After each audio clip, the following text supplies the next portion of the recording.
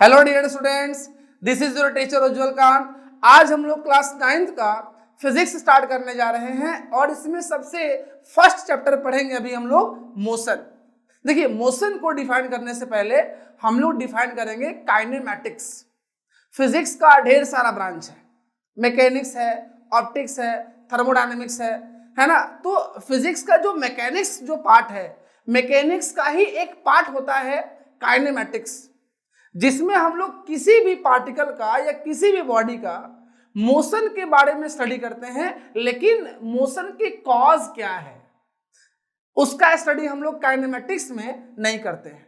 जैसे car move कर रहा है, तो कार का जब मूव कर रहा है तो कार कितना डिस्टेंस कवर किया, कितना डिस्प्लेसमेंट कवर किया, उसका स्पीड क्या है, ये सब हम लोग स्टडी करेंगे काइनेमैटिक्स में। लेकिन कार मूव क्यों कर रहा है, उसके मूव करने का कॉज क्या है, इसका स्टडी हम लोग काइनेमैटिक्स में नहीं करते हैं। तो कोई पूछेगा कि काइनेमैटिक्स क्या है, सिंपल भाषा में अपन बता सकते हैं कि kinematics is the branch of physics which deals with the study of motion of an object without dealing its cause।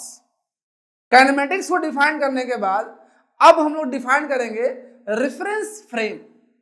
Reference frame क्या होता है? देखिए, रेफरेंस फ्रेम वो कोई भी पॉइंट हो सकता है जहां से आप किसी बॉडी के मोशन को स्टडी करते हैं। जैसे मान लो आप हेलीकॉप्टर में बैठकर आप किसी चिड़िया को देख रहे हो जो चिड़िया आसमान में उड़ रही है। अब उड़ रहा है मेरे को नहीं पता, बट चिड़िया आसमान में है। तो आप हेलीकॉप्टर में बैठे हो और आप चिड़िया को ऑब्जर्व कर रहे हो।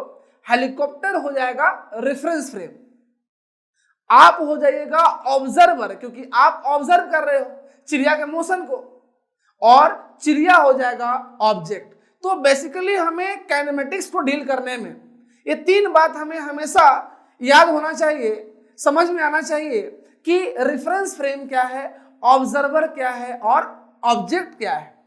तो एक बार फिर से बता दे रहे हैं। मान लीजिए कि चलती हुई ट्रेन में आप बैठे हुए हो, ठीक है, और ट्रेन से बाहर आप किसी को देख रहे हो। मान लो कि रेलवे स्टेशन पे एक सुंदर कन्या दिख गई आपको, आप उसको देखने लगे, है ना। तो ट्रेन जो है वो ट्रेन क्या हो गया, रेफरेंस फ्रेम। सुंदर कन्या क्या हो गई, ऑब्जेक्ट। आप क्या हो गए, ऑब्जर्वर। वैसे ऑब्जर्व नहीं करना है ना, अभी पढ़ने लिखने का उम्र है। तो हम क्या बताएं आपको कि ट्रेन क्या हो गया, रेफरेंस फ्रेम, और सुंदर कन्या हो गई ऑब्जेक्ट, आप हो गए ऑब्जर्वर। तो अभी हम लोग क्या सीखे कि रेफरेंस फ्रेम क्या है, ऑब्जर्वर क्या है और ऑब्जेक्ट क्या है। अब इसी बात को हम लोग थोड़ा बोर्ड पे भी सीखेंगे, ठीक है। तो चलिए हम आपको बोर्ड पे ले चलते हैं। चलिए हम लोग अब रेफरेंस फ्रेम को समझते हैं। मान लिया जाए ये आपका पोजीशन है, आप यहां बैठे हुए हो एज एन ऑब्जर्वर, और यहां पे कोई एक ऑब्जेक्ट है जिसके मोशन को आप ऑब्जर्व कर रहे हो। तो आप वहां पे कोऑर्डिनेट एक्सिस का हेल्प लोगे। तो चलो हम यहाँ पे कोऑर्डिनेट एक्सिस ड्रॉ करते हैं, x axis, y axis and z axis. हालांकि जेड एक्सिस अभी आपके सिलेबस में है नहीं, है ना, वो हायर क्लासेस में है। तो अभी हम लोग एक्स एक्सिस और वाई एक्सिस पे ही काम चलाएंगे।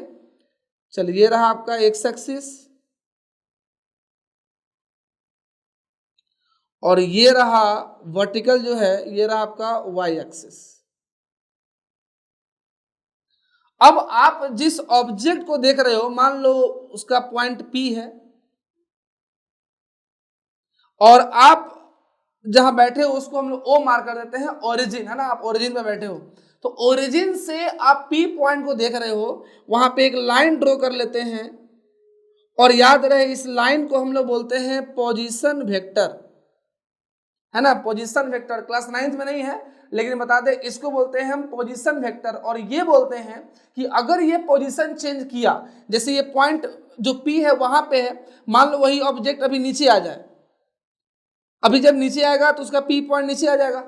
अब इसका जो पोजीशन वेक्टर होगा वो अब चेंज कर जाएगा। देखिए, ये हो गया उसका पोजीशन वेक्टर। तो पोजीशन वेक्टर चेंज कर रहा है, इसका मतलब बॉडी मोशन में है। और अगर बॉडी पोजीशन वेक्टर चेंज नहीं कर रहा है, मतलब बॉडी क्या है, रेस्ट में है। अब हम लोग रेफरेंस फ्रेम को डिफाइन करेंगे, बोलेंगे क्या, it is the set of coordinate axis, axis नहीं एक्सेस, AXES, है ना। एक्सिस का प्लूरल वर्ड है क्योंकि हमारे पास एक्स एक्सिस है, वाई एक्सिस है, हायर क्लासेस में आप जाइएगा तो जेड एक्सिस पढ़िएगा, है ना, ये प्लूरल में है।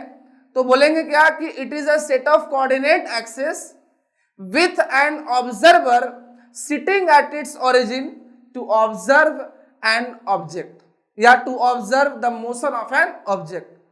आई बात समझ में? रेफरेंस फ्रेम क्या है? ये एक सेट है कोऑर्डिनेट एक्सिस का, जिसमें एक्स एक्सिस होगा, वाई एक्सिस होगा, जेड एक्सिस भी हो सकता है, और उसके ओरिजिन पर एक ऑब्जर्वर बैठा होगा जो किसी ऑब्जेक्ट का मोशन को स्टडी करेगा, उसको ऑब्जर्व करेगा। तो हम लोग काइनेमेटिक्स पर लिए, रेफरेंस फ्रेम पर लिए। अब हम लोग रेफरेंस फ्रेम पढ़ने के बाद इजीली डिफाइन कर सकते हैं रेस्ट क्या है और मोशन क्या है। तो अभी हम लोग पढ़े थे एक टर्म पोजीशन वेक्टर। हालांकि वेक्टर या पोजीशन वेक्टर आपके 9th के सिलेबस में नहीं है, लेकिन अगर ये समझ के हम रेस्ट और मोशन को डिफाइन करें तो बहुत इजीली आपको समझ में आएगा और बहुत ज्यादा समझ में आएगा, है ना। तो पोजीशन वेक्टर हम समझ गए थे। अब आप ये सोचो कि किसी भी ऑब्जेक्ट का पोजीशन वेक्टर चेंज कर रहा है। जैसे मान लो कि आप जहां बैठे हो, तो जहां बैठे हो क्या हो गया बेटा? Reference frame. आप क्या हो गए? ऑब्जर्वर। और आप किसी तितली को, जो तितली आपके कमरे में उड़ रही है, आप उसको ऑब्जर्व कर रहे हो। तो तितली भी यहां है, यहां से यहां गया, यहां से यहां गया। इसका पोजीशन आपके रेस्पेक्ट में, आपके लिए उसका पोजीशन हमेशा चेंज कर रहा है, हमेशा चेंज कर रहा है। मतलब ये है कि वो तितली मोशन में है। तो क्या बोलेंगे कि अगर किसी भी बॉडी का, किसी भी पार्टिकल का पोजीशन वेक्टर अगर चेंज कर रहा हो, देन उस बॉडी को हम लोग कह सकते हैं कि वो मोशन में है। और ऐसे ही आप मान लो कि आप अपने बुक शेल्फ में एक बुक रखा हुआ है ना, आप वहां बैठ करके आप बुक शेल्फ को देख रहे हो। अच्छा, उसमें जो बुक रखा हुआ है वो मूव कर रहा है क्या? नहीं। उसका पोजीशन वेक्टर चेंज कर रहा है क्या? नहीं।